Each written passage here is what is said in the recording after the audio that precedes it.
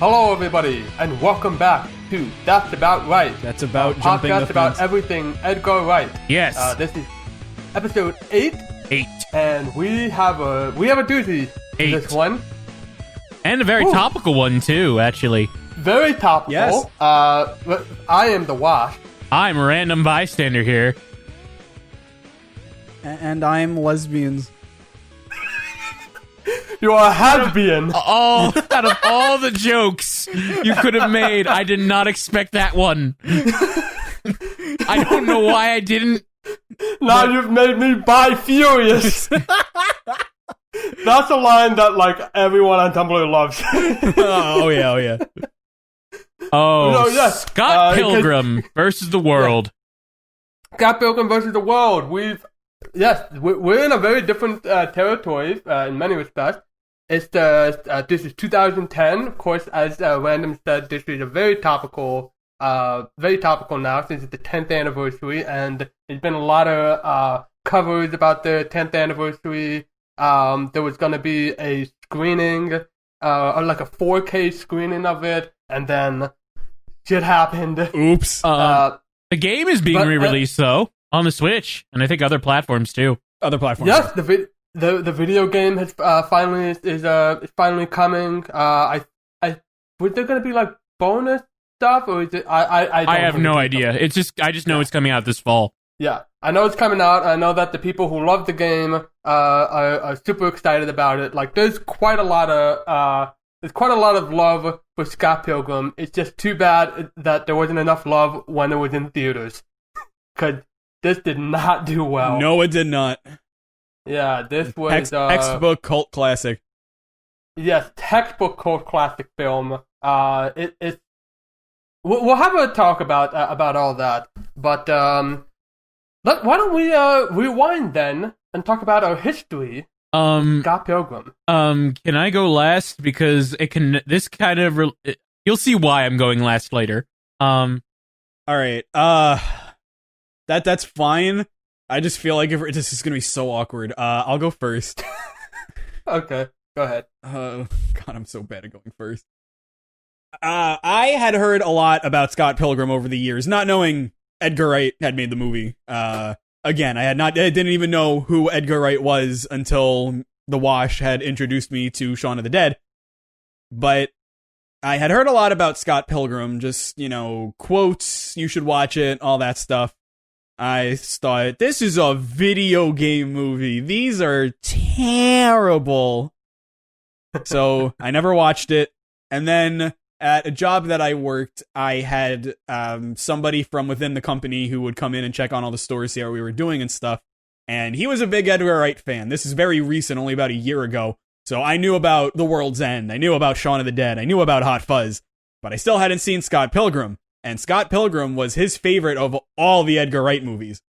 And his number one reason for saying that was because the movie was super quotable. He said, watch it, and I guarantee you, next time I see you, we'll be quoting it. I quoted it, we had one conversation, and then he was laid off. So, oops. And that's my history with the movie. Oh, wow. That's a dark shift there. Your turn, Wash. Okay, it is my turn. So, I had heard of this. I think around this time I was getting into Hot Fuzz and Shaun of the Dead. But I did not see this when it came out in theaters. I'm not sure. I don't know anyone. I don't know anyone who did, because obviously it did not do very well, unfortunately. And it took. I think it took like 2 years after, when I was at a library, and it was the first time that I saw a library with like an actual DVD collection. And among them was the Blu-ray for Scott Pilgrim versus the World. And I thought, you know what? It's free. What's the harm?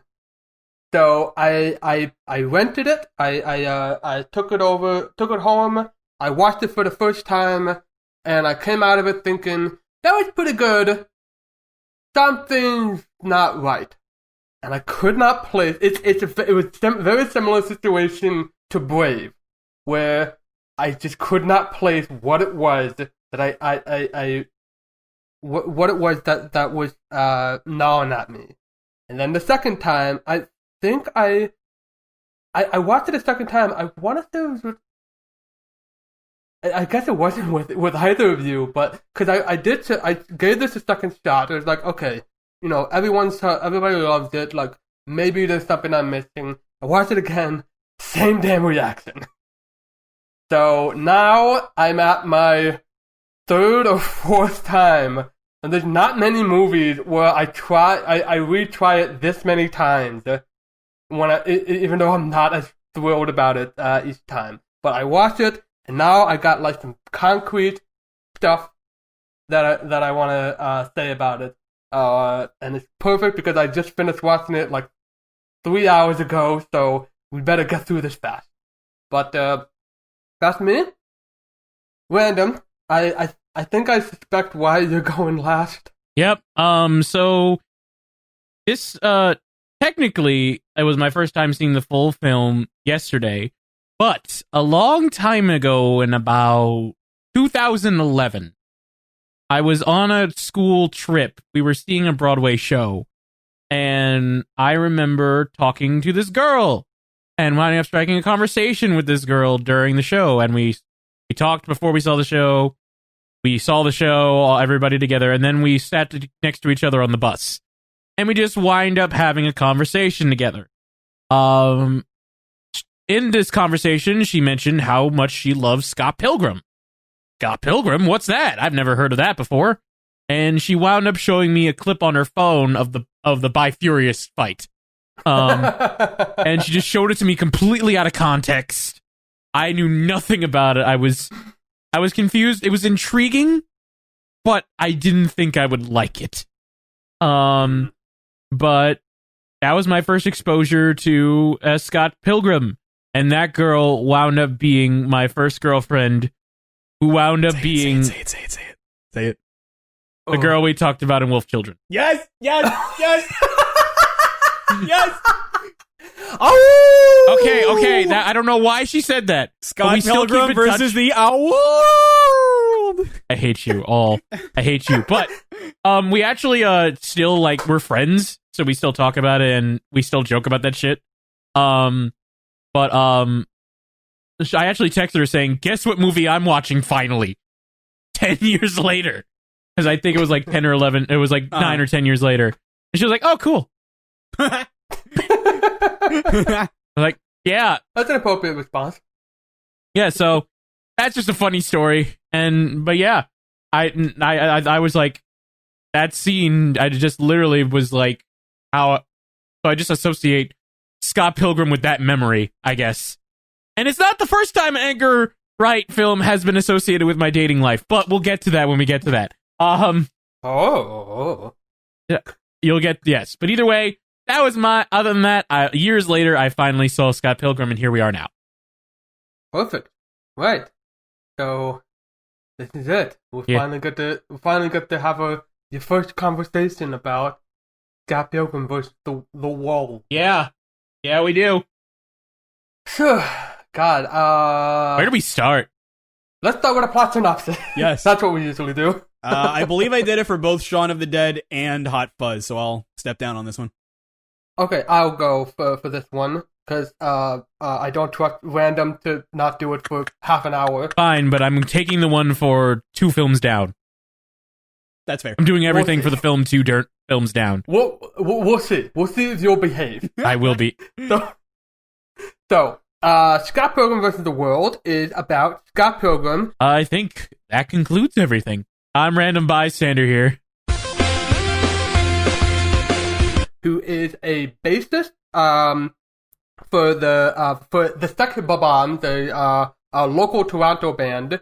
And at the beginning of the film, he hooked up with a 17-year-old. He's 22, and he hooks up with a 17-year-old.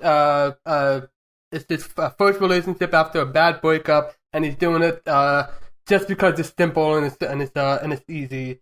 Then he has a dream about a woman named Ramona Flowers, and suddenly he is obsessed. And just so happens that the girl in her dreams is an actual person, and he encounters her. They have a talk. Eventually, they hook up.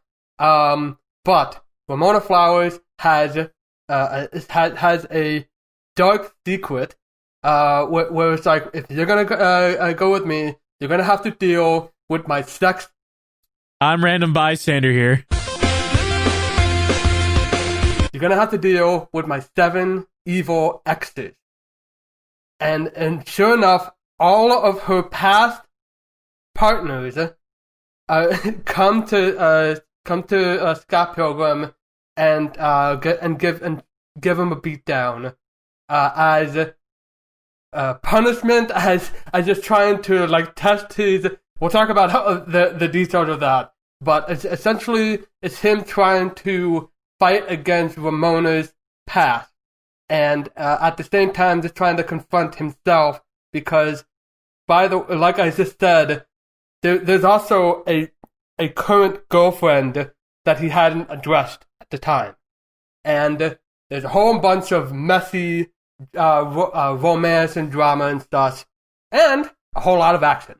Whole lot of action. This ton of is it. a dizzying amount.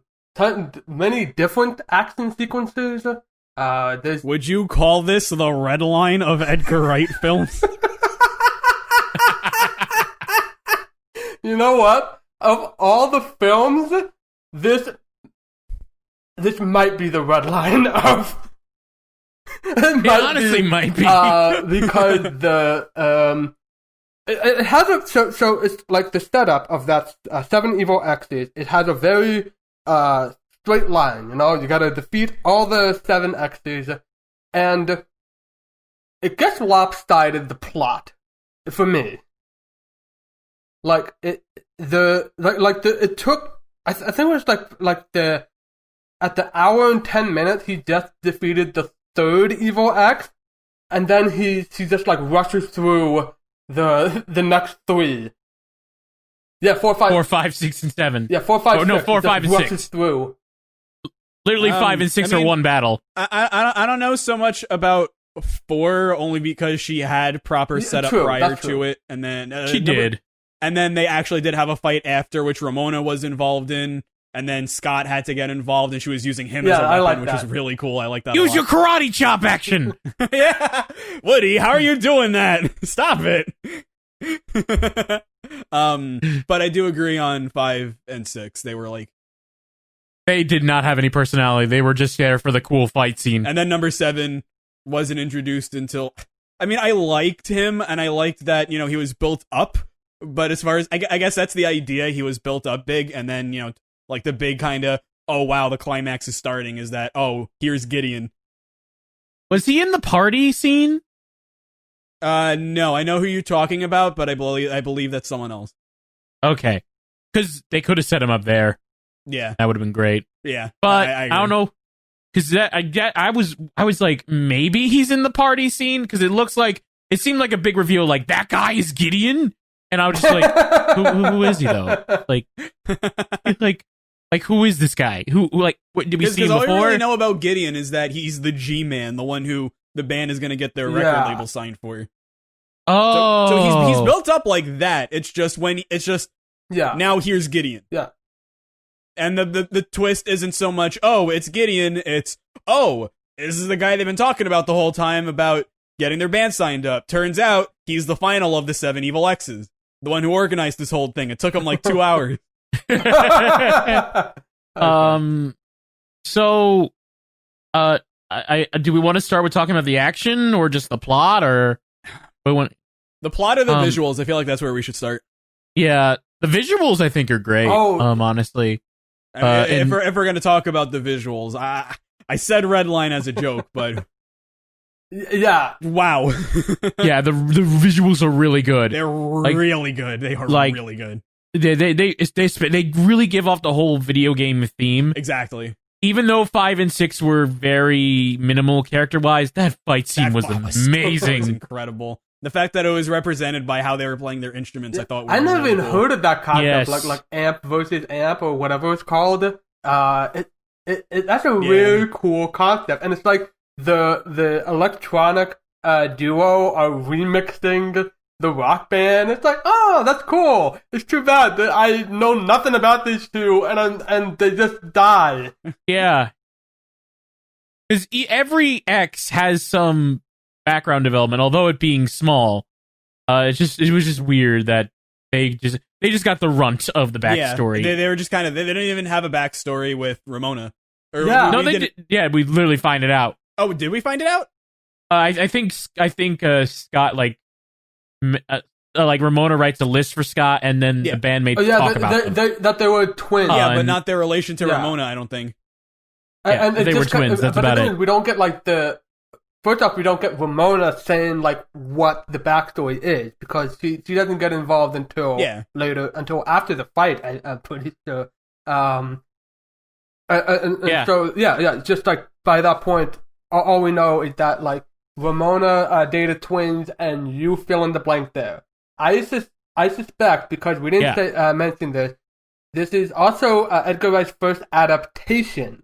It's an adaptation of a graphic novel series. I've only read the first couple volumes of it. I've not gotten into I've not finished up the comics. From what I understand, it has a different ending, and that's partly because the book hadn't finished when they were still making the movie. So they had to. I missed that.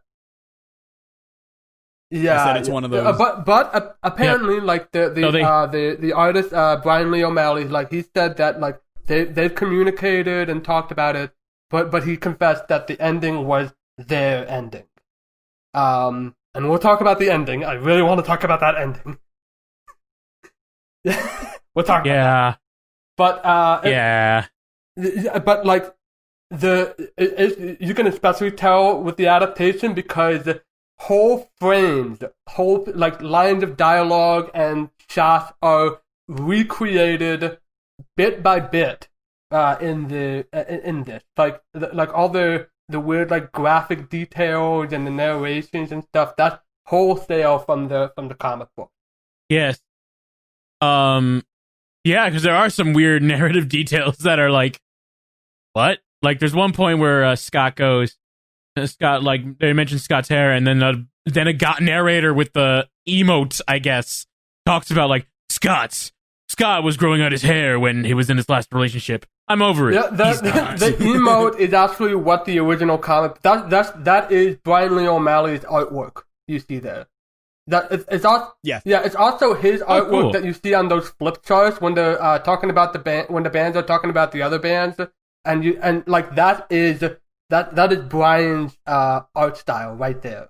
It's also there when Ramona is talking about her exes and what their backstory is. Yeah, that looks like they looked like and it. Those it looked animated like sequences, just to tell you like how involved they were getting with this, and probably why the budget was so big on this. They were also planning an animated series. It was going to be like an Adult Swim series, and so those were kind of a testing ground. And they did develop a pilot. It didn't get picked up, unfortunately, probably because the movie didn't do very well. Yeah, did very poorly. Yeah, it would be interesting to see how it would be now, like especially now that Scott Pilgrim has become a cult classic. I could see it doing something on Adult Swim, but just the visuals in the movie are great. The fight scenes especially are really where the visuals shine. Like again, we talked about the rock battle. There was the battle with trying to think. I mean, you really pick out any of the action scenes. Any of the action scenes. The ones that are memorable to me are the one with Scott fighting Captain America as a bad boy. That's right. It's Chris Evans pre-Captain America. There's two Marvel movie characters in this. Yes, you're correct. So I'm just like, you have a Captain America, and you have Captain America and Captain Marvel fighting the kid from Arrested Development, and also like Aubrey Plaza from Parks and Rec. This is pre-Parks and Rec. Parks and Rec. Just to show like oh my God, the kind of talent that they got on hand with this. Like it's remarkable. Yeah, they had a lot of good talent on this. And the person who played Gideon, apparently, he's someone famous, I think. Yeah, most of the actors I really enjoyed in this. Oh, most. So, Do go on, unless are we still talking about visuals, or? Yeah, that's the thing. I want to make sure we're still talking about visuals before I get to let's stick with visuals for now, because there's quite a lot in this. This is Edgar Wright unhinged, because he's given like a $80 million budget. Hey, and let's go. Wait, every penny. Wait, did I tell you where we're going? Hey, did I tell you where we're going? We're heading to the Rock. Cuts to the Rock. Oh, there's so many cutaway jokes. There's so many like transitional jokes. So many. Oh my god, the transitions. Lord.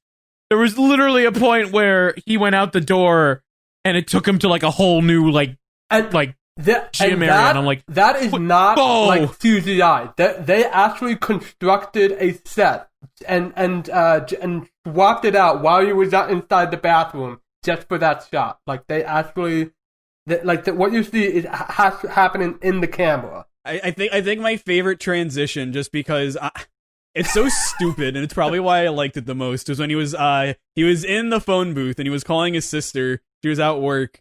She's like, I'm just about to head out. He goes, okay, I'll be right there. He walks out of the phone booth, walks in the store that's like 3 paces away, gets inside. She's already gone. She already left. She already left, and she's doing this. I'm sorry, I gotta go.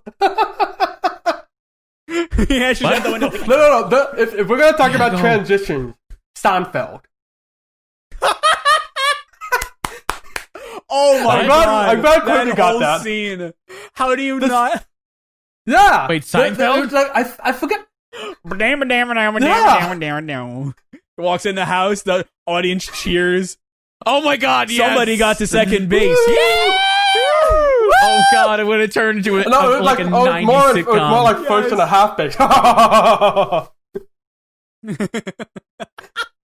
Oh god, it was so...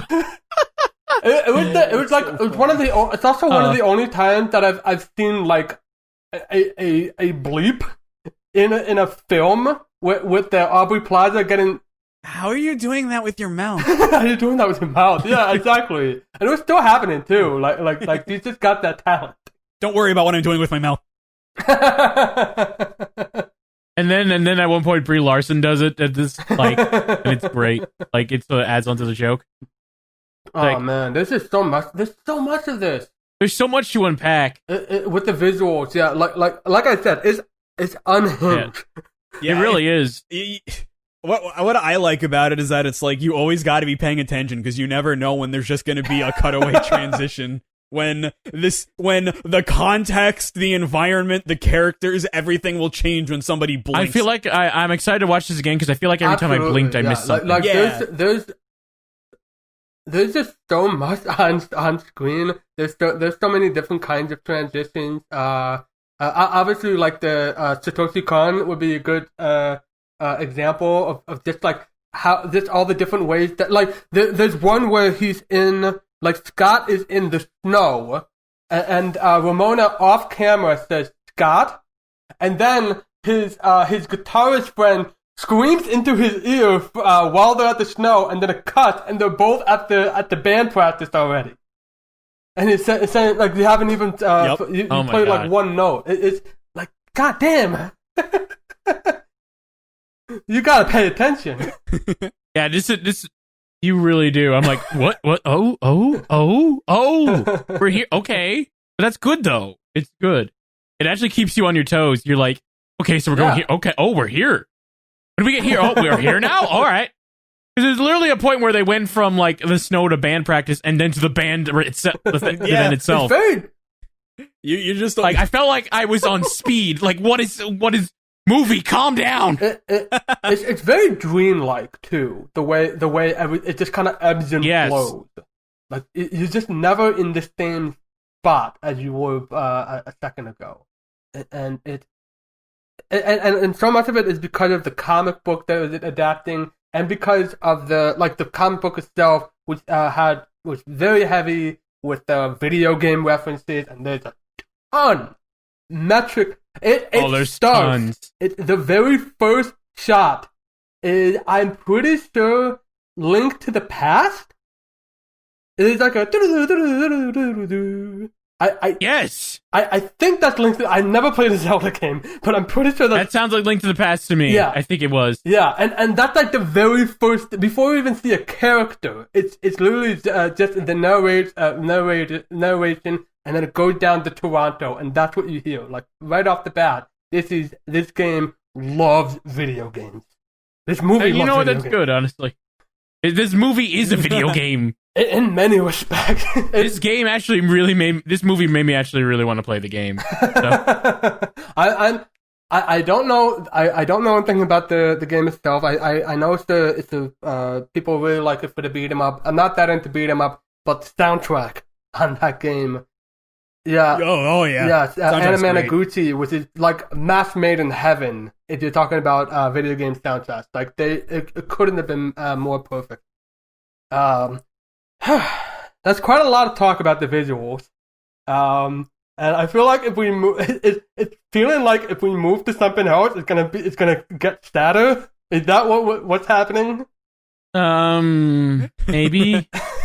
Because as soon as you said like I like most of the casting, and then Are you So is that- probably so- are going to agree with? I think Kirby fan maybe agree with me when I say this.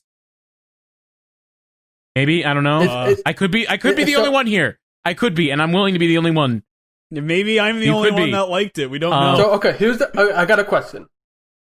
Is it Scott? Yes, it's Scott. I hate Scott. I hate Michael Cera's performance of him. I do. Like it's just like Scott. How Scott is written sometimes is very creepy alone, and it takes a good actor to make it not creepy. And he was I think already that- creepy off the bat. And just the way I hate how he delivers his lines. I hate how forcibly awkward he is. I hate how uncomfortable he is around Ramona, and how that's supposed to be attractive. It's not attractive. It's creepy. He's literally black. He won't sign a package until she agrees to see him. That's literal creepo territory. I don't get that how that's supposed to be attractive. Like I don't believe that she finds him attractive at all. Well, you know what? Women, men, and bees, we all have different tastes. All right. Yes. we Well, all it have just- different it just- things you just- that we That find and he's attractive. also very unlikable at the start because, well, he's dating a 17-year-old, which is fine, but definitely will not. I was just gonna say, like, It's a gray area. Are we gonna dig that hole? I'll spoil. Let me talk. Yeah. I'll say this much. Random. We're gonna have to talk about this a lot, I guess. I disagree. I quite like the performance. However, what I didn't like was that he was dating a 17-year-old. It's literally the polar opposite of what you were saying. Well, I mean, I don't like it either. It was uncomfortable, but like, just how do I put this? I mean, it's awkward. It's very awkward and very uncomfortable, especially now. But he does fall for Ramona, which is, I guess, his age. But he also cheats on Knives, which is just like, why? And I know he makes up for it at the end, which made me a bit better. But like, I just didn't see what Ramona saw in him. I just didn't. And So- throughout the whole thing, there was points where he literally would say a line that I was like, oh, and he would just like sound dorky and it just was like, and sound creepy when it was supposed to try and when the writers were supposed to make it sound romantic. I'm just like, no. So, If I said that, a girl would run from the hills. so I will say that I also like. I mean, I like Michael Cera in general. I think he's a fine, very fine actor. I feel like this is. It's one of those situations where it's like, I don't think Michael Cera quite works, but I also don't know who else could play him, because Michael Cera is that kind of dork, and it's honestly it's the dork that is creepy, and that's and Scott Pilgrim is creepy. He is a creep. My problem is not so much with the casting; it's with Scott as a person, as a character.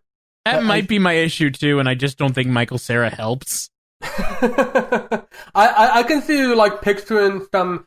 That's the thing, that I don't know who else could play this properly, because he's a genuinely bad person, and you can't go like full slime ball, because now you're definitely not gonna get me hooked on this movie.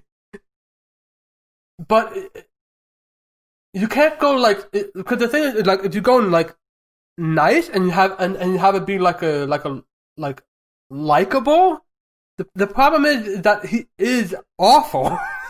So it just seems like you're what is it, like enabling, you're justifying, you're one of those verbs that's escaping me right now. Yeah, I will say everyone was calling him out on his shit. So like, yeah.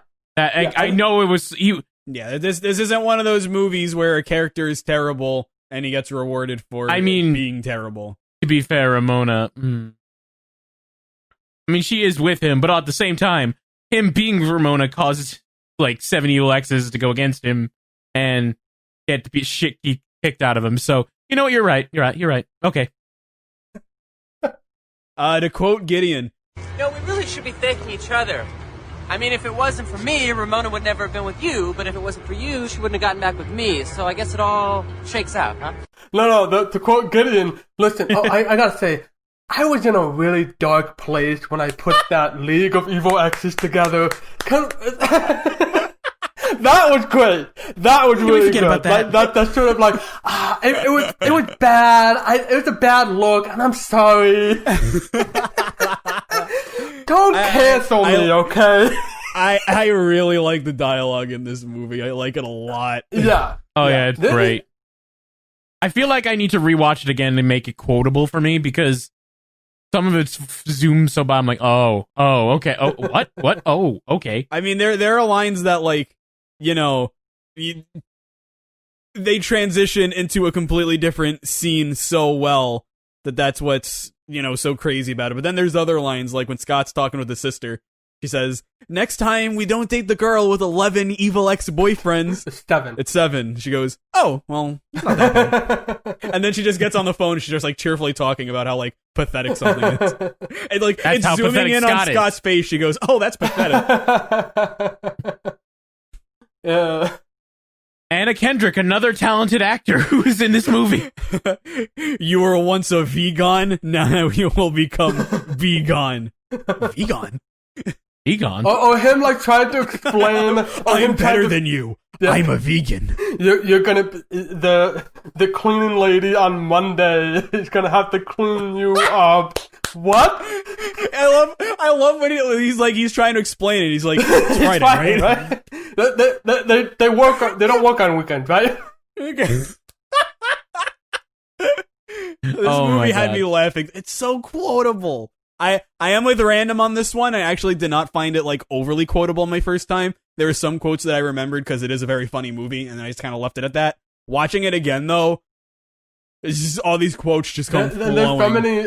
It's not just like what's happening on like in the foreground. There is a lot of like background dialogue that is just so stupid, and it's just always like stuff. This is like their first album, but it's not as good as their first album. It's not as good as their first album. No. I think it's like a young Neo says like, you used to see them live. They're much better live after they just saw a live performance. Yeah. Young Neil is like, I don't know how to describe him, but he's wonderful and I want more. He's so good. Yes. It's so funny. Oh man, I feel like he should be in like bigger stuff because I just don't know much about him. But yeah, good lord. Young Neil saves versus the world. At the very end when they're at the fight, I think like Steven Stills like in the background he said the comic book was better than the movie. Yeah, the movie is still funny. And we were, I guess, do we want to talk about any other characters? Like, you doing okay there? Yeah, good. She changed her hair, so it looks nice blue. Yeah, I know, but she did it without making a big deal out of it or anything. She's fickle, impulsive, Yeah, spontaneous. God, what am I gonna do? Yeah, he's so dickish. I think maybe that's why I didn't like Scott. I don't know. Maybe it's just because it's fiction. He was just so over the top insensitive with himself. Like he's a complete jerk, but you can see it just comes from this complete lack of self-confidence. He's just such a mess. Maybe because it's that and because it's fiction. I just thought it was super funny. I don't know. I just every time that he spoke, I was just like, "Oh my god, dude!" But it was like the funny kind. I don't know. I did not like the character that much. I think it's that. I think I didn't like the character, and Michael Cera performed him well. So, or is that character? I don't know. But I just did not like Scott. I mean, maybe I wouldn't have liked the character either if Michael Cera. I mean, this was the first movie I'd seen with him in it, but I liked him. I thought something very specifically that I liked about him was, I don't know if this is how he sounds, but he has the voice for the role. I think he does. When he speaks up, you can tell his voice gets a little bit deeper. He says his sentences normally, but on a day-to-day basis, he's kind of got that a little bit of a higher pitch. Doesn't really talk too loud. He stutters a lot. He's very, very paranoid about everything, and it really works for the role. And more importantly than working for the role, it's really funny. Like I forget what the context was. It was I think it was like Knives came in, but at the time she was dating young Neil, and they were asking a question, and it put him on the spot. So inside his head there's a ticker trying to figure out a good excuse, but it lands in between "I gotta pee" and "who, her?" And so he says, "I gotta pee on her. I gotta pee on her. I gotta pee there." Again, so much of the visuals and obviously it's like the visuals and the comedy like meshes together.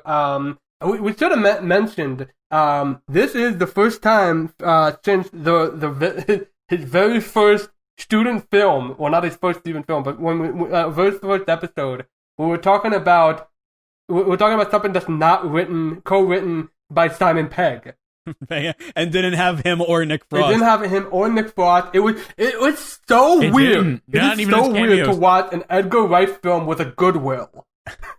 I know. Like when I saw the Goodwill, I was like, what the fuck? Wait, Goodwill? What? They visit the Goodwill, and it's just there. I mean, I'm guessing that it came from the comic book, but it's just I bet like Edgar Wright like first learned about Goodwill through the comic book. and yeah, so the co-writer in this case is Michael Bacall. He's an American screenwriter. He's written for 21 Jump Street and Project X. I've seen neither of them, but I hear a lot of good stuff about 21 Jump Street, especially because I'm pretty sure it's directed by, yes it is, it's directed by Lord and Miller, who would later go on to do Into the Spider-Verse. We've been talking about a lot of the characters on and off. There's one person I want to talk about, and then there's a group of people that I want to talk about. So, considering Shaun of the Dead and Hot Fuzz, there's like a gender's worth of characters that I want to talk about. We had this complaint with Shaun, we had this complaint with Hot Fuzz. The female characters in those movies, not that great. Maybe one or two exceptions. This movie... Yeah, absolutely. Yeah. Big improvement. Definitely. I don't know how much of that is because of the comic books, but it definitely helped that they like keeping them around. Big plus because you got a huge variety of different actors and characters, all given the A game. Like I said, Aubrey Plaza, pre-Parks and Rec, like unbelievably funny. Yes. The sister, Scott's sister, she's great. Oh, what's her name? Julie, I think. Who's the one with the glasses that does the thing with her mouth? She like hates Scott. You're talking about the one with the drums? Oh, that's Aubrey Plaza. Oh, is that her? Oh, okay. Yeah. Julie Powers, yeah. Yeah, that's right. Julie Powers. She was and funny. She was funny. the drummer Kim Pine. Oh, Kim was great. Yeah, it's a shame that we don't get to see nearly as much of her. I know that the animated series was supposed to like go into, because they talk about the relationship they used to have, and I think the animated series was gonna go into that. It's a shame that we don't get much more on that, because she's just so she's just so mean. Wait, who? I'm sorry? The drummer. The redheaded drummer. Oh, God. Yeah. Yeah, well, to be fair, Scott broke her heart, and she's very cold about it. Everything that came out of her mouth was sarcastic. It's funny. And like right off the like point blank, like again, very first thing is her just like shitting on Scott, because he's going into, not only is he's dating a minor, but he's dating a minor for extremely selfish reasons, but because he just wants something that's safe and easy. Again, Scott is terrible. He really is. Oh man. He broke the drummer's heart, so that's why she's like, and they literally hint to it many times that she has like, Scott will be like, "Oh, she's fine," and you just see her giving Scott the death glare. Not that I care, but you should go talk to Ramona before she's gone. Thanks, Kim. And I really don't care. And I really don't care. I really don't care.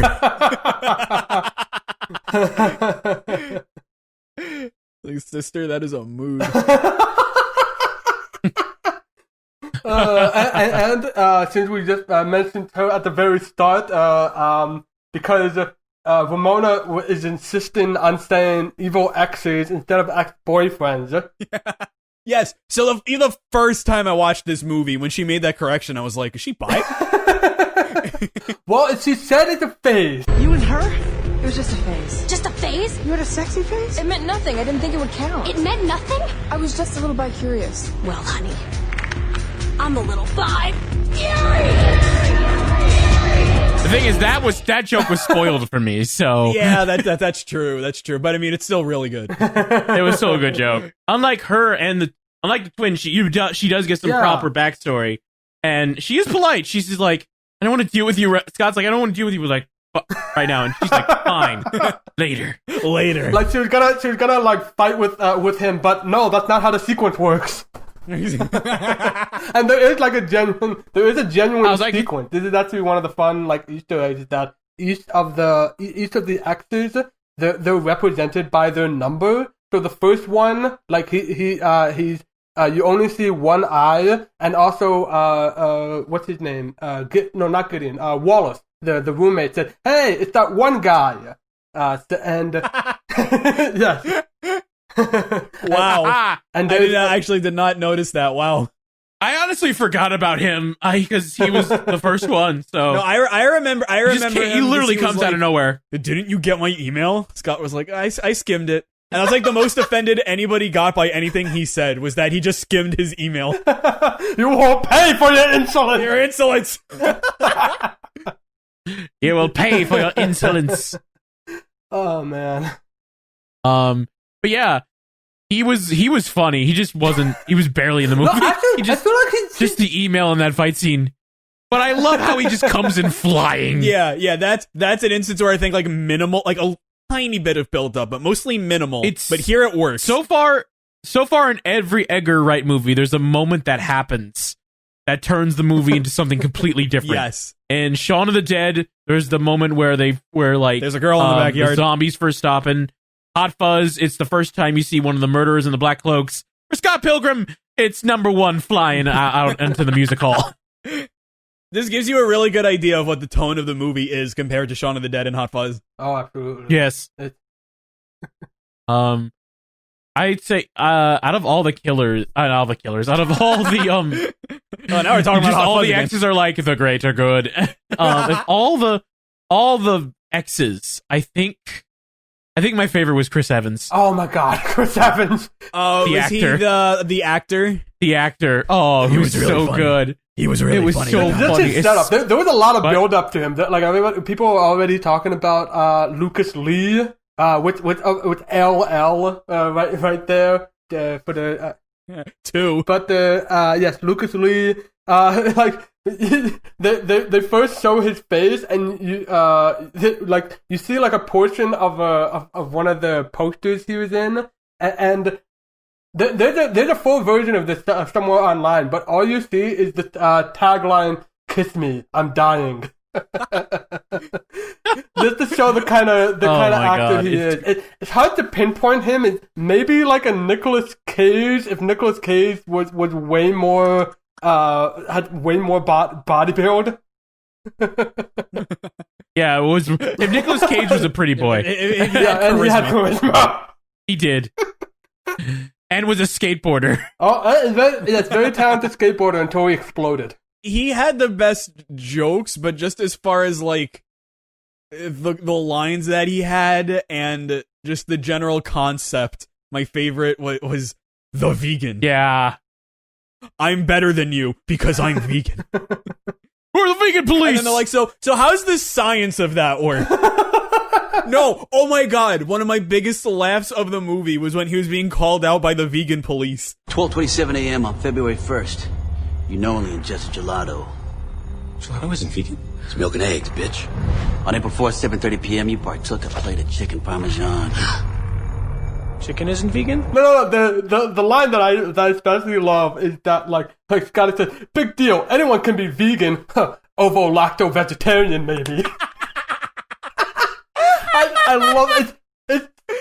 It's one of those jokes that's so oddly specific. So stupid. This is exactly like. Look, it is. I adore the writing in Shaun of the Dead and Hot Fuzz. It's so smart, but like this petty, stupid writing is like what I live for. It's honestly good. It does make you laugh. That's why I feel I do. I didn't want to watch this movie at first again, but like now I'm kind of hyped to watch it again at one point. I'll say this: the first time I watched the movie, Wallace. I was actually not that crazy about him. I was like, oh wow, he's literally just like, oh look, I'm gay, and that's it. Yeah. But watching the movie again, there's a lot more to him than he's just. He's I not actually just really like Wallace. So he's actually like as gay rep. Actually, like I think he's quite good. Yeah, he's has a pretty important role to this too. Like yeah. Oh and, yeah. like, his importance in the movie, like him being gay is important, but like as far as like the story with Scott, it's not everything. Yeah, it's him as a friend and as a landlord in this case, because he was looking to kick him out soon. Yeah. He's like, I need my bed, and I think I'll need my bed for tonight and for tomorrow and for the year. I get it. You see where I'm going with this? and now I'm thinking about the visuals again, because it's like when the lesbian comes in and he's like, what is happening? And then there's that thing inside his head that like goes from doesn't get it to gets it. Gets it, yeah. Oh God. I just realized what you were talking about. Oh my God. I think it's like everything around Scott I really, really enjoyed. It's unfortunately a similar situation to like Ratatouille and stuff, where it's like I really like the cast in this. I really love all the hilarious different jokes in here. When they're gonna be confronting Gideon, and he has to go up to the club or whatever. They say, "What's the password?" He goes, "Whatever." It's like, "Okay, go in." What's the second password? Oh, okay, go in. And then at the end, when he loses a life, he just punches them. Have we talked about Ramona yet? Because we keep trying to go to her, then we haven't talked about Ramona. We also haven't talked about Knives much. I feel like it would be appropriate to talk about both of them. I agree. Yeah, very. In fact, which one do you want to do first, Ramona or Knives? Yeah. How about Knives? Yeah, let's do Knives. She was in the movie first. Yeah, she was. She's the first love interest, the 17-year-old, which is uncomfortable. Poor Knives. I know. I'm with Gideon at the not fucking Gideon. Wallace. I get the names confused because I don't know why, but I'm with Wallace at the very start of it. Like, she doesn't deserve Scott. It was very clear that they were, in fact, like with don't talk about the ending. But the original ending of this was gonna be that that Scott was gonna go with knives, and it's one of those things like no, and you could see that they were still hinting at it in the final version, but like no, don't do it. No. Like, part of me was like, is this how it's gonna happen? What I really like, this is like, I was like a mini pop-off almost, was when, she said go after her. Scott's like, you sure? She goes, yeah, I'm too cool for you anyway. I was like, yeah! Yeah, honestly, you are. Yeah, that would have been that's she gets crazy. She gets crazy, oh my god, though. The moment where she first hears Scott's band, Knives in the climax. Oh man, I loved her in the climax. it was like awesome and sad. Because I will say though, from the beginning, she acts pretty crazy. Like when she first sees Scott's band. It's like you get introduced. She even said that she didn't even know that good music existed until like a few days ago.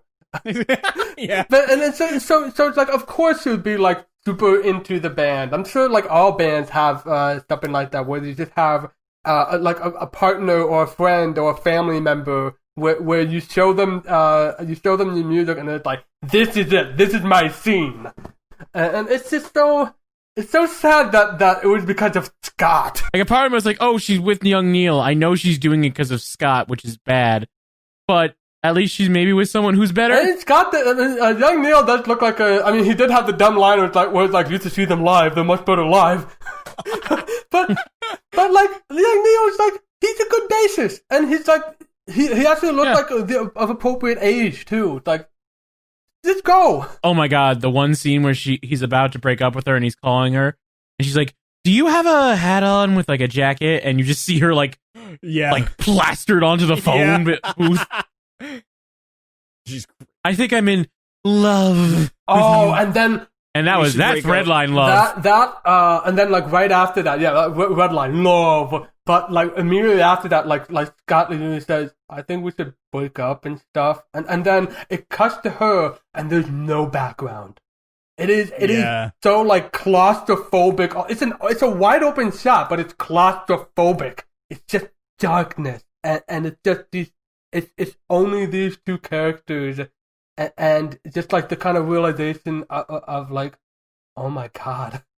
And God, when like immediately after that, like Scott was feeling really sad in the bus, like thinking about Knives, and then Knives fades away, and he thinks about Ramona instead. It's like that was a scene that always stuck with me. It's like fuck you, like that was so. Oh God, that one was just like he was such a bastard that he's just like. I mean, would it be better to break? It's better to break up with her than to keep dating those two throughout the whole movie. Granted, he shouldn't have done it in the first place, but that's the thing. Like this should have happened like far earlier than it actually did. Like again, like it's very clear that like the fact that it took Wallace, it took Wallace to say basically like force him. You gotta do this tonight. Yeah, or else. Yeah, absolutely. And good on Wallace. Like, show his ass. Goddamn. Knives is tragic, and you literally just see her all upset throughout the whole half of the movie. She gives off yandere vibes. I like that a lot. Yeah, a little bit. And then especially at the end with the climax where when she's she fighting. attacks. I hate that you said yandere, and we're not even in the anime podcast yet. But it's true. That's why I like her so much. No, we did you're it. right, especially at the end in there. Yeah, the only non-yandere trait that she has is that she gets over him, which is good. Yeah, it's very nice. It's honestly way better off that she gets over Scott and just have just please move on. Like this was bad. Before we go to talk about Ramona, one of my biggest laughs of the movie, young Neil, you have been promoted to Neil. Oh, and you can see him like shiver. Yeah, he's like, ooh, that was good. Good old Neil, young Neil. All right, Ramona. Again, a lot better than every single female lead or lack of one so far. I really like that her whole thing is that, like, she's, I guess, kind of like just in her past, she was a terrible person. And she's just trying to run away from that. She's just trying to like start over. So you can kind of see how that's like mirroring what Scott's going through right now. Scott is a terrible person, and what he ultimately decides to do is become a better person. That's what Ramona's trying to do. Yeah, because but you kind of see that like neither of them are going about it the perfect way, but when they're together, almost like romance has a purpose in the story, not just something that's tacked on.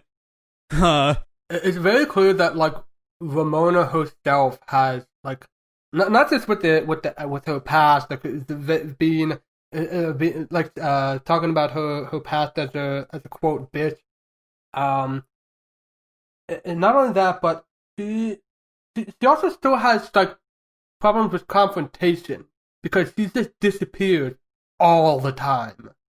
Yeah, and she was about again, ready like to do Scott. it. Yeah, it's just very clear that they're both not very good people, and I would go so far to say that I don't think they're good for each other either.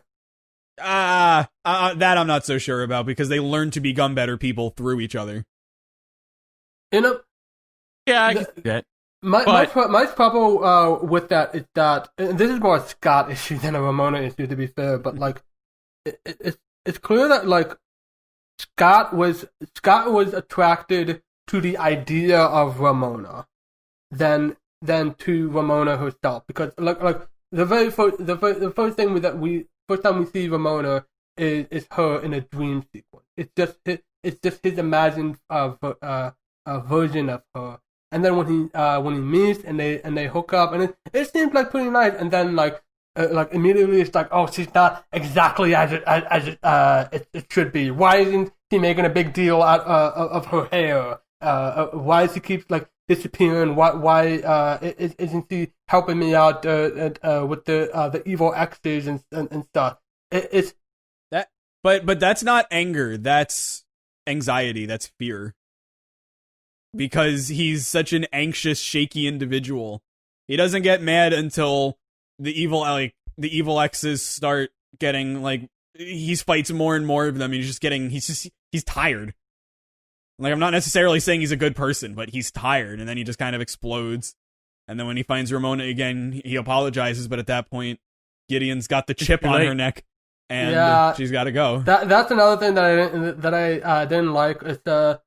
It's partly a Ramona thing, but I think it's also like a writing thing where it's just all of a sudden like the badass fighter is now a hostage, and it's just like a princess in a video game, essentially. Yeah, that I agree with. Yeah, and then the moping. Yeah, the moping and doping. It's like we know what's gonna happen.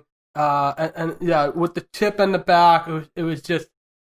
I feel like it shouldn't even be a chip, because it just feels like that should just be like a flaw of Ramona, that she just wants that sort of bad influence in her, or she's just stuck at that bad. Not that she wants it, but she just doesn't know.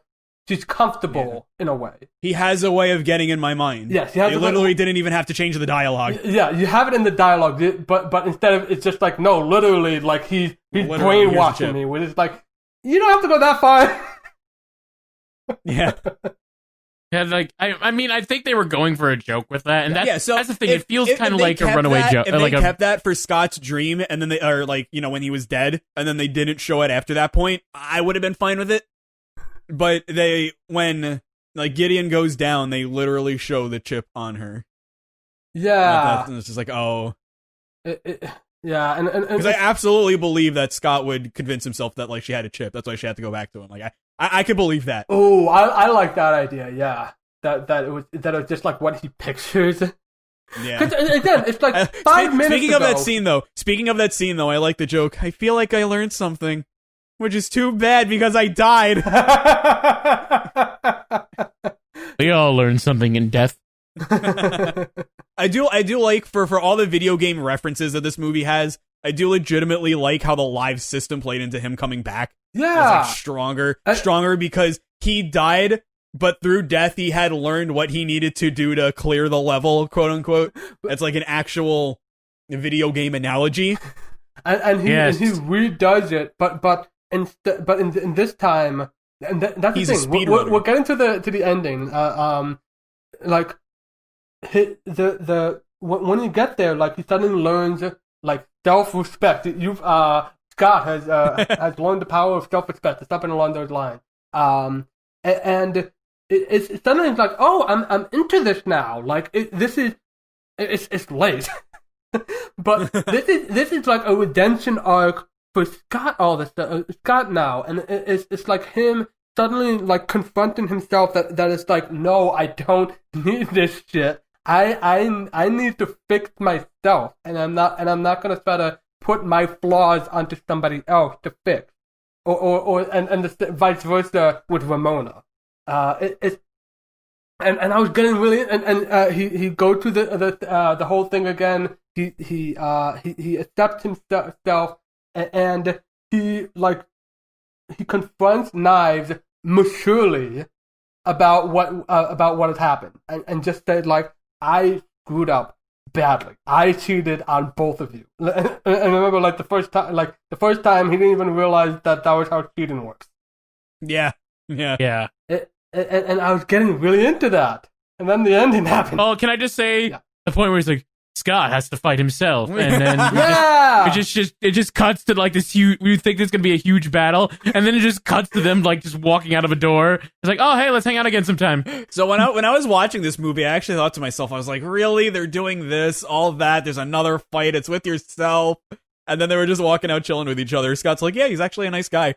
I was like, perfect. We're getting pizza later this on Tuesday or something. Like I thought they were gonna drag out the movie, but no, they did a joke instead. Perfect. No, it's not just a joke, but it's a joke that makes sense for the character because he's literally confronting himself and he's just talking to himself. That's the thing. He's not trying to defeat himself. He's trying to accept himself. And accept his flaws and accept that he has to change his flaws. And that's really nice. It's just too bad for that ending. Okay, let's talk about the ending.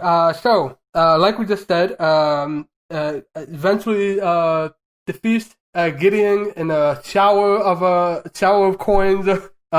Kim said, "There goes our contract." The band leader says, "Does this mean we're not getting paid?" And said, "There goes our contract." Oh, and just picked up all the money.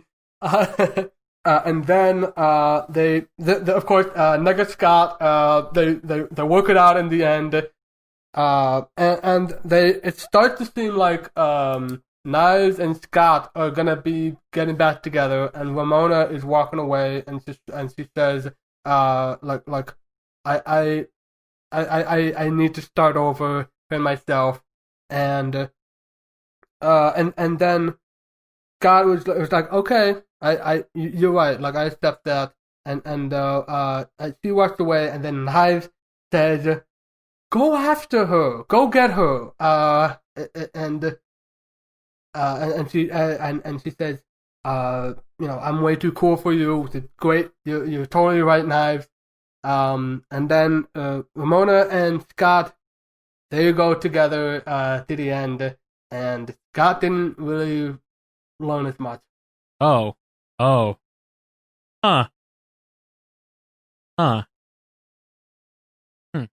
Hello? Yeah? I'm keeping this in the edit. That was really awkward. My brain is just processing the ending again now. Okay, that took a while, man. Oh. I'm slow. Wow. Oh, I didn't think about that. He really didn't learn a thing. I mean, he did, but like.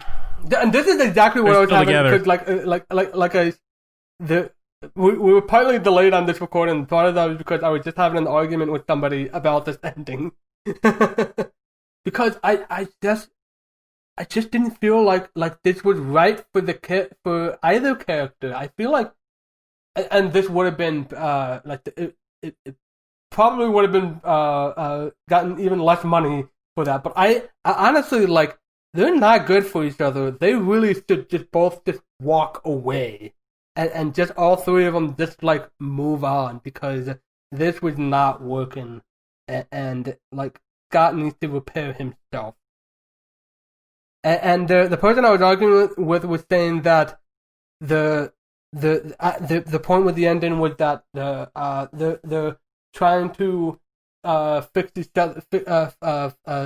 themselves together, and it's like you could have just done that with it had that same thing with them just going separate directions. Like it's again, it's just better off for Scott to just address his shit and just deal with himself better, because he's not doing great.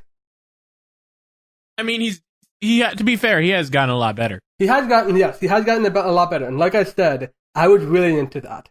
And then he gets the girl anyway.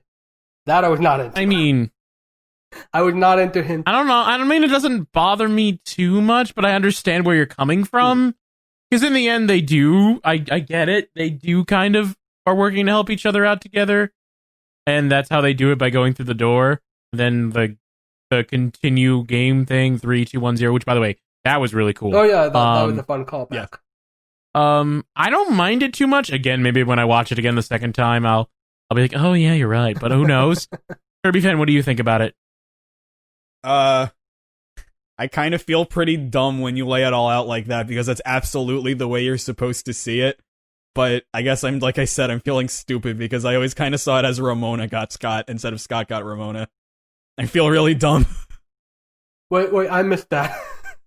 Wait, what? I missed what? So like, the way that you two are laying it out, and this is definitely the way that it's supposed to be, because Scott is the main character and everything, is that it's like, despite everything that happens, he still gets Ramona. The way that I had seen it, because like the movie was initially about Scott trying to get Ramona, but then it was more like Ramona trying to break free, I kind of saw it more as like Ramona was accepted. That's kind of how I interpreted it. But hearing you two talk about the way that it was obviously meant to be laid out, I'm like, did I really miss that?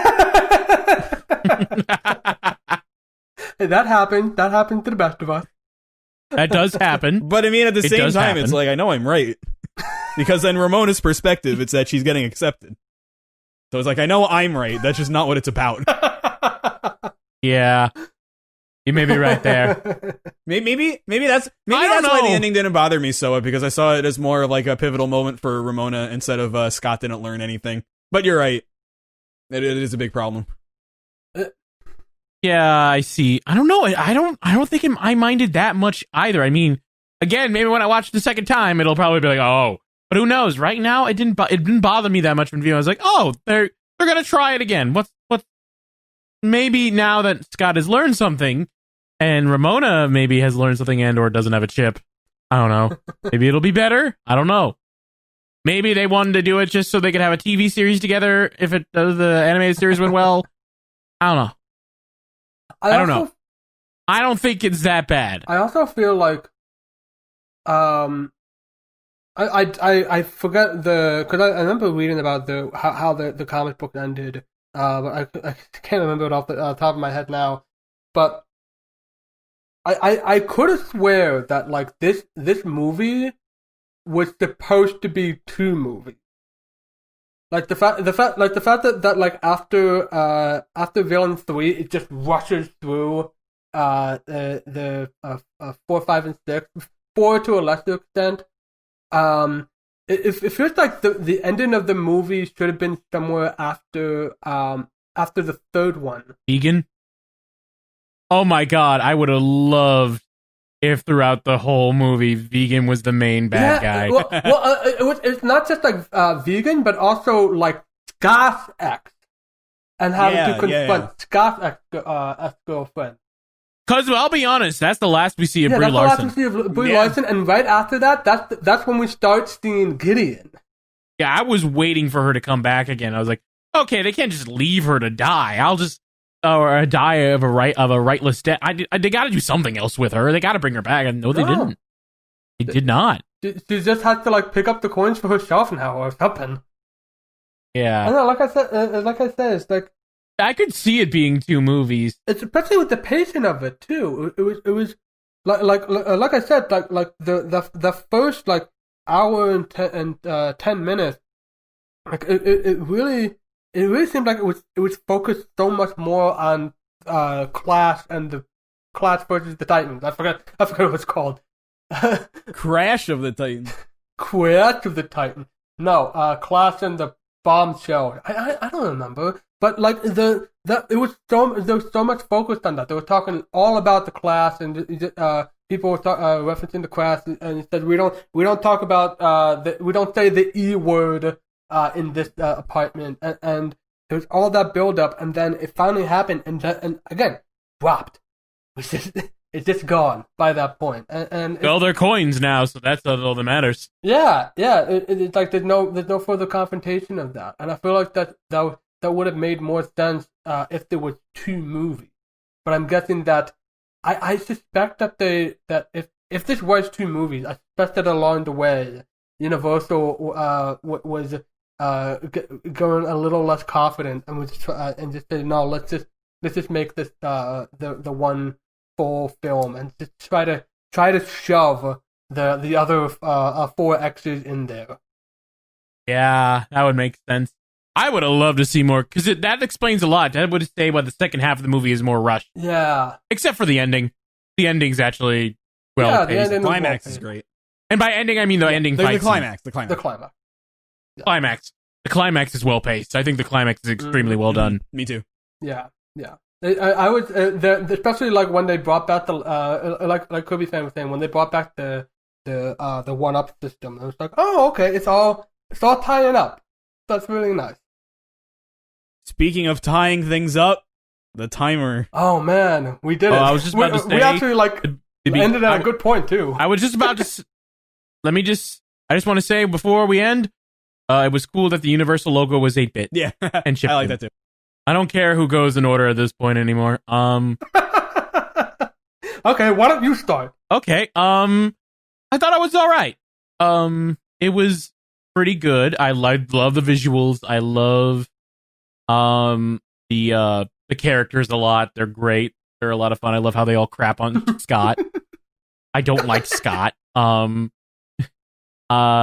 Granted, I don't think Michael Cera is the problem anymore. I think it's just I don't like the character of Scott. And yes, he does redeem himself in the climax, which is nice, but that still means that doesn't mean I have to like him throughout most of the movie. And so much so that I think it made me enjoy the other characters shitting on Scott more. And I think I agree. I think what you said, I think it's like Remy with Ratatouille. It's just everything else about the film is wonderful and fantastic, but I just don't like the main character that much. Ramon is fine. The side characters are fantastic. I love almost all the evil X's, the ones that are developed anyway. I kind of, now you're making me wish there were 2 movies. Sorry about that. Because because that's how. Because honestly, you would have gotten more character development on the last 4 X's, and it would have been great. Yeah. Heck, you probably even could have. No, you wouldn't be able to squeeze a trilogy out of this, but you can get 2 movies. Or at least give some of the X's some backstory. Either way, it was good. That's good. It was good. I think I know where I'm ranking this. I want to say, but again, I'll probably have to watch it again to fully rank it. Okay, I'll go next since so that KirbyFan can go last once more, and everything can be right again. I liked this very much, except for Scott. I didn't like the title character in this very much. I thought that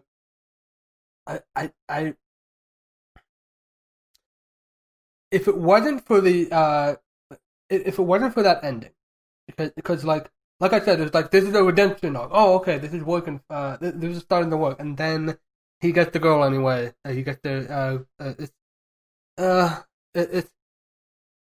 if it wasn't for that, I probably would have liked a lot more of the film retroactively, because like so much of it was shitting on Scott. Like it's very clear that he's not a good person. And and the reason we know that is because everyone else, the fantastic cast, is telling him. It's the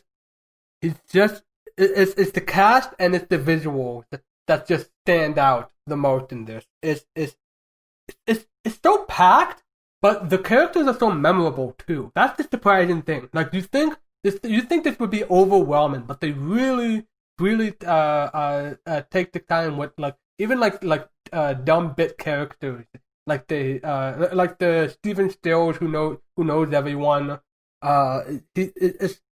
They all get the time to shine, and it's wonderful. It's so nice to see that.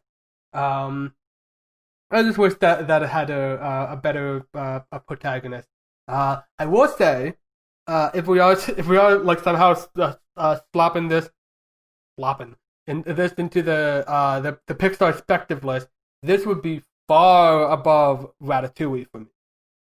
Yeah, me too. Yeah, I just compared them. Yeah, I agree with that comparison. But yeah, that's just me. Hope you said. What about you? I actually love this one a lot. Really funny, really quotable, stunning visual effects, stupid. Like I said while we were talking about Scott, it didn't quite bother me so much. I think because, again, this is fiction. There are people that act like Scott, and he's portrayed by a very good actor, and he's not seen to be as a good person. I think that's very important. Yeah. That's probably why, I find a lot of enjoyment out of it.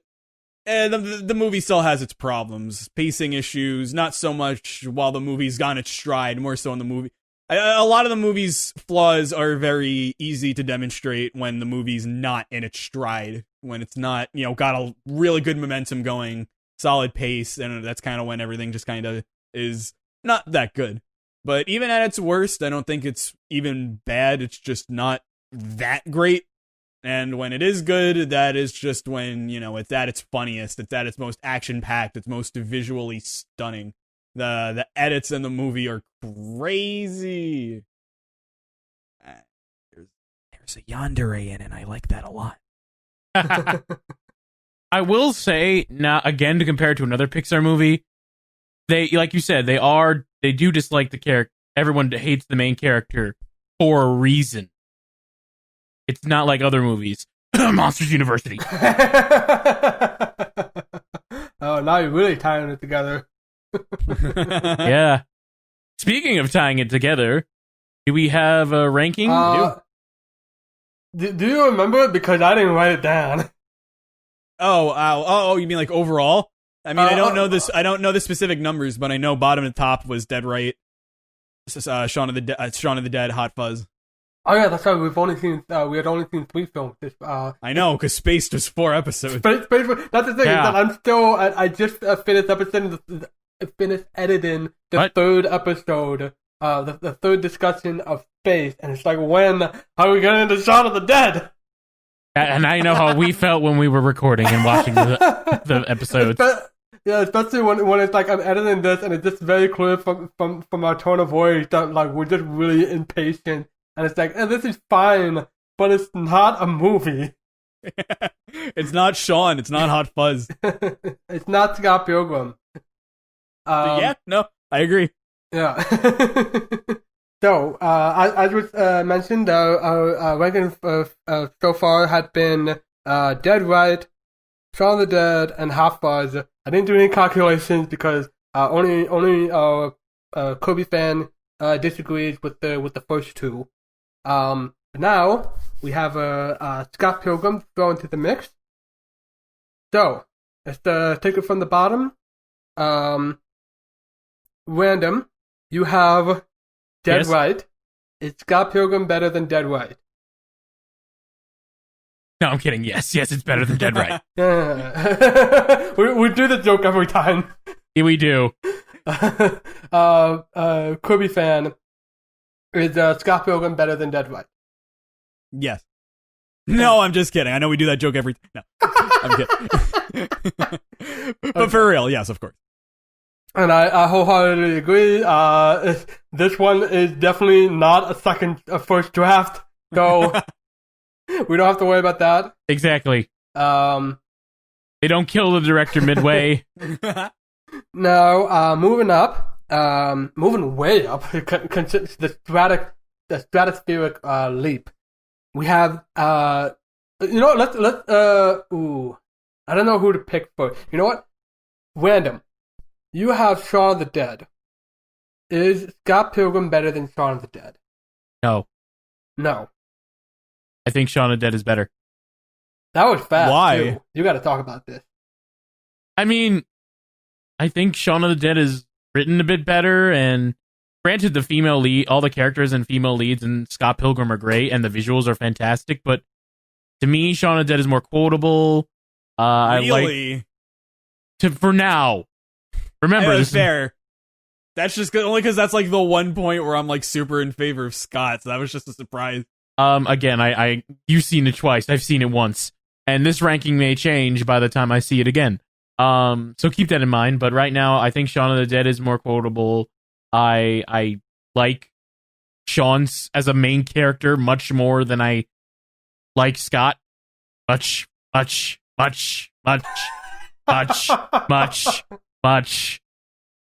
more. And I think it's funnier. Shaun of the Dead. And when the moments are serious, it's great. Again, I think the visual design for Scott Pilgrim is great, and all the other characters and the action is a lot better, obviously. But I just like Shaun of the Dead better so far. All right, that's very respectable. But mostly, it's the main character. No, that's very respectable. So I'll go next. I think you've convinced me, Random. Really? I will agree that Shaun of the Dead is better than Scott Pilgrim. You know what? Like, both of these have like slubby protagonists, like protagonists that really should be doing way better for themselves. And Shaun not only has like a better casting of it. I mean, obviously, like, the character was written for the actor. I mean, not only that, but it's also clear early on that, like, Shaun was actually going to fix himself and fix his shit, and was taking, and of course the representation of his shit, Ed, was meddling with so much of that. Scott really needed to fix his shit, and it took it's kind of similar with Cars for me, where like the shit fiction was very late for me, and it's also like it kind of became undone, at least for me, at the very ending. So it unfortunately it just could not make it, just in terms of protagonist alone. The thing that Scott definitely has is the better cast. Like the Shaun of the Dead has a great cast. Scott Pilgrim's characters are wonderful. The side characters and like all the different side characters and stuff. Like I might even say that it's better than Hot Fuzz. Or it's probably very close, but like it's on that same level of just like packed, but everyone is incredibly memorable. This needed some better fiction and pacing. So that's the unfortunate part. Yeah, that's the thing too. With Scott Pilgrim, the whole beginning's great. Like the second half of the half of the second act just was rushed, and then they did well with the final act, the climax, but it was there are some points where it does feel rushed. Like, oh, okay, we're already. Oh, right, okay. Okay, we're done. Who were those twins again? Oh, we don't care. So now right. This is. I was saving this one. Now our lists are the same again. I was saving this one because I really got to know this. Kirby fan, you have Hot Fuzz. Is Scott Pilgrim better than Hot Fuzz? So before I answer, I'm genuinely curious. Which do you think, and do you think it's close? I think, based on you choosing Toy Story 2 as one of your favorite Pixar movies, just based on the humor alone, I'm thinking that Hot Fuzz is going to win by a close mark. I'm thinking Scott Pilgrim's gonna win, and it's not close. Is it none of them? And it's like a combination. A little confused as to why Wash wouldn't think it's close. I don't know. I just feel like that would be a big upset. I mean, it would be a big upset, but it's like, were you not there when I talked about Hot Fuzz? I know, I realize. But I was just wondering if you're gonna shake it up that badly. No, I'm not gonna change my opinion on something for the excitement, right? Well, so look. I love Hot Fuzz. I think it's better. You think Hot Fuzz is better than Scott Pilgrim? What? I do. Ooh, okay. Talk about Scott Pilgrim. Random. I was right. You're on to something. It's closer than it should be because Scott Pilgrim is so funny. But it's not that close. It's closer than it is for you two with Sean, I would probably say, just based on what you had to say about Sean. But it's not that close. Mostly just because, and look, again, Scott Pilgrim is like writing-wise, it is just all the kinds of stupid that I love and everything, but Hot Fuzz is just such a well-constructed movie. I can pick Hot Fuzz apart, then do it again and again and again and again. Every time it's just like, well, there's something new. And even that, like, I just barely liked it less than Shaun of the Dead. It's literally a concept is why I like Shaun of the Dead more. A concept for a scene is why I like Shaun of the Dead more than Hot Fuzz. Like, they're neck and neck. And considering Shaun of the Dead, I'm like, oh, well, it's up there with Silent Voice, Tokyo Godfathers, Incredibles, whatever. If they're that close, look, I like Scott Pilgrim a lot. I love it a lot. Not that good. Not that much. Yeah. What would you put it in the anime ranking then? If you on the anime ranking, I completely forgot my anime ranking beyond Tokyo Godfathers. I remember yours. I remember yours because it's remarkably similar to Random's. They're very. Oh yeah, that's right. Yes. Except the last one. Well, I'll say this. I had Redline a lot higher than you two because I actually like that movie.